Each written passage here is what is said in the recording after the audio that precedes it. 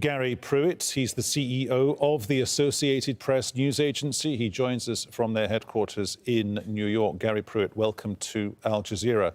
A difficult day for your staff in Gaza. Can you just share with us your thoughts at this time?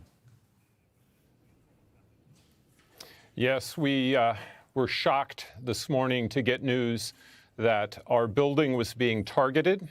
We had a short warning. We were able to get our folks out to avoid loss of life, but then the building was leveled by an Israeli missile. An organization such as yours, Mr. Pruitt, I'm sure you do safety training, quasi-military training to make sure that your staff, when they're in a dangerous situation, know how to react to that. The central accusation from the Israeli army, I have to ask you this point, Mr. Pruitt, the central accusation from the Israeli army is that either in that building or very, very close to that building, there were Hamas assets. What do you say to that? We've heard that from the Israelis. I can tell you that we've been in that building for about 15 years with our bureau. We certainly had no sense that Hamas was there. We would like to see the evidence. We're not sure whether Hamas was there or not. We don't know. But I can tell you the impact will be that the world will know less about what's going on in Gaza because that building was leveled. It had great sight lines to show the world what was going on in Gaza, and that will be lost. Our brave staff was able to get out in time and to salvage most of our equipment. So AP will continue to report the story.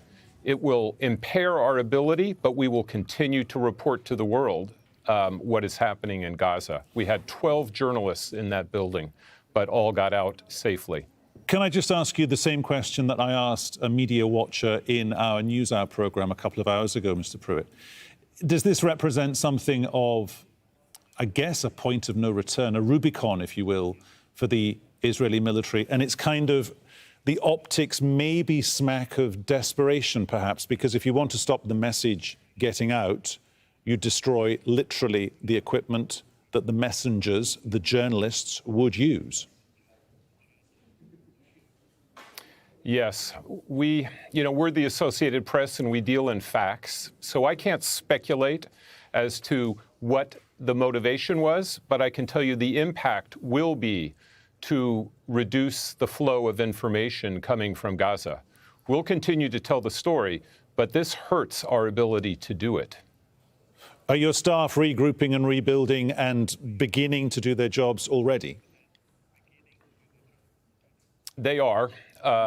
They were able to get out to safety. They were able to get most of the equipment, armored cars, video cameras, etc. They went home. Is any place safe right now in Gaza? But as safe as they can be, and they're continuing to report the story. But it was a shocking development, and we are we're learning as much as we can from the Israeli government. We've engaged with the U.S. State Department. Most importantly, we're keeping our staff safe, and we're continuing to report this story for the world. Gary Pruitt, CEO of the Associated Press, thank you very much.